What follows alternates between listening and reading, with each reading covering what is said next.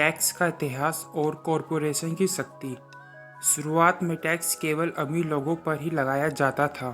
शुरुआत में टैक्स का मतलब था कि जो व्यक्ति ज़्यादा पैसा कमाएगा वो अपनी कमाई का कुछ हिस्सा जुर्माने के तौर पर सरकार को देगा।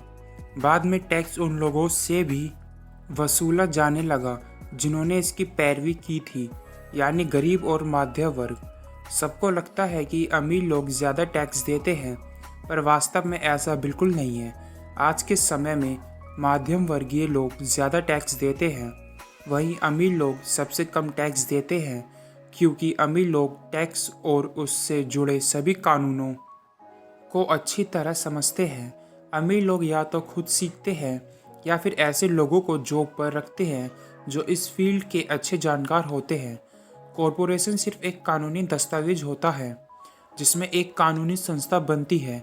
ये दरअसल कोई चीज़ नहीं होती, ये कोई फैक्ट्री या लोगों का समूह नहीं होता, लेकिन कॉरपोरेशन की इनकम टैक्स दर व्यक्तिगत इनकम टैक्स दर से कम होती है।